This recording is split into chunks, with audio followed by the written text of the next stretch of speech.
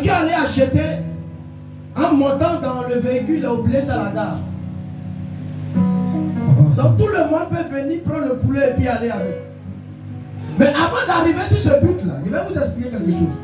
Comprenez que dans chaque famille, il y a des principes. Et dans la famille, il y a toujours un représentant de chaque famille. Parce que la sorcellerie ne peut pas quitter d'ailleurs, venir détruire la vie d'un individu sans avoir l'autorisation de l'homme fort de cette famille.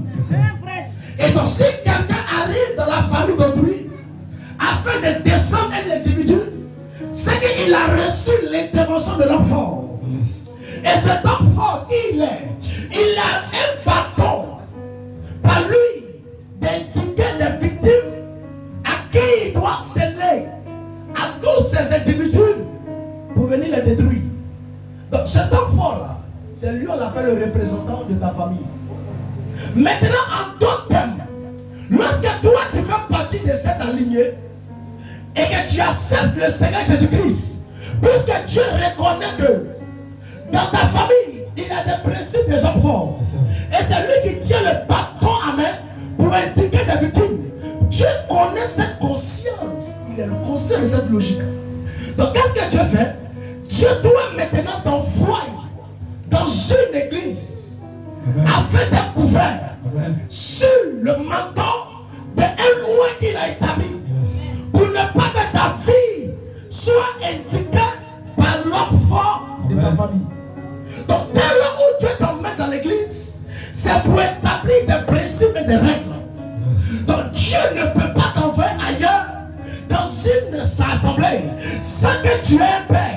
Mais dès que tu arrives là-bas et que tu reçois un père, tu peux être accompagné par ton ami pour aller prier à quelque part.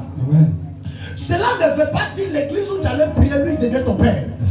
Parce que être le père spirituel est différent d'être le père de la foi. Jean a été le père de la foi des pharisiens. Mais Christ, lorsqu'il venait, il a été ceux qui ont conduit tout ce que Jean a rassemblé pour les envoyer à la bonne bergerie.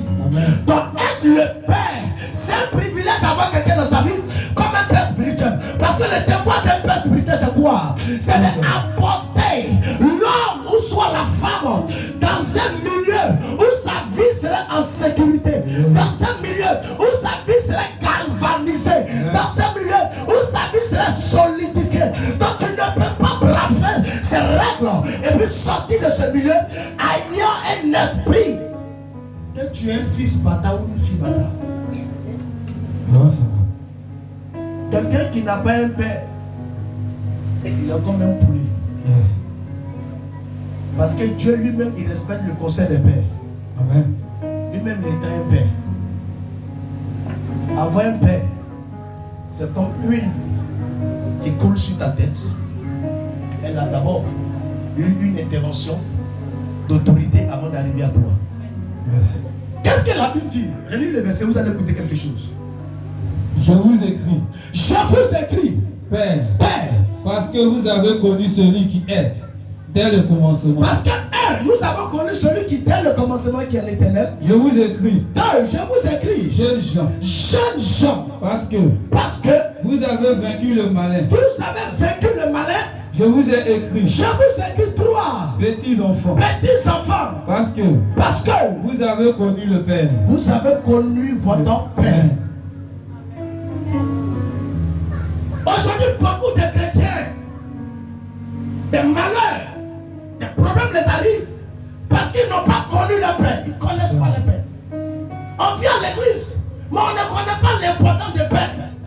On vient à l'église, on vient faire le culte d'ailleurs, mais on ne connaît pas quelle est la vraie cause du fait de venir à l'église. C'est d'avoir une couverture spirituelle. C'est ça qui est le primordial d'abord. Ce n'est pas de fréquenter l'église. C'est qui est ton Père. Si l'onction de qui est couvert. Le problème ici en Afrique, c'est qu'on fréquente des églises sans avoir l'intention de connaître qui est celui lorsque je crie, il peut m'aider. Beaucoup des hommes de Dieu n'ont pas le temps pour s'occuper de toi. C'est ça. Pourquoi? Parce qu'eux, ils préfèrent s'occuper de ceux qui peuvent leur donner l'intérêt. Donc si toi tu as un problème, tu dois les résoudre seul. Tu dois résoudre tes problèmes seul. Et lorsque tu vas les appeler, ils vont leur donner à leur assistance. C'est elle qui va causer. Attends, tu as un besoin urgent, où tu as besoin d'une intervention de lui. Et c'est son assistance qui va aller lui faire comprendre. Ça veut dire, si son assistance est de bonne humeur avec toi, tu es sauvé. Mais si elle te reconnaît qu'elle est de mauvaise humeur, toi tu es foutu. Ta situation là, tu vas persister avec ça comme ça. Et c'est ce qui fait qu'aujourd'hui, beaucoup de personnes vivent dans une vie esclavage. C'est comme on les a enchaînés. Comment faire pour reconnaître un père? C'est lorsque tu es en détresse. Amen. Et que tu appelles. Regardez quelque chose. Je vais mettre ça veut dire un tout petit exemple devant toi. Dans les jours où tu as un problème, tu vas voir que les jours où il y a le problème ne persiste pas. Il peut apparaître, il va venir faire. Mais il y aura un jour où il y aura un problème grave, où c'est là que tu as plus besoin de lui. C'est là que tu ne le verras pas. Tu ne le verras pas. Et j'ai eu plusieurs cas comme ça ici, où d'autres même, j'ai été déçu. Qui comprend? Amen. Parce que celui qui est au côté, c'est mon père spirituel. Mais est-ce que Dieu t'a dit que lui est ton père spirituel? Question. La question c'est ça. C'est pas le costume, l'emplacement, la luxueuse qui fait qu'elle a le droit de mettre ton père. Non, c'est un chiffon. Si c'est cette mentalité-là, tu as raté ta base chrétienne. Ça. On donne notre fille, la petite quoi. Lorsque il y avait des disciples, Amen.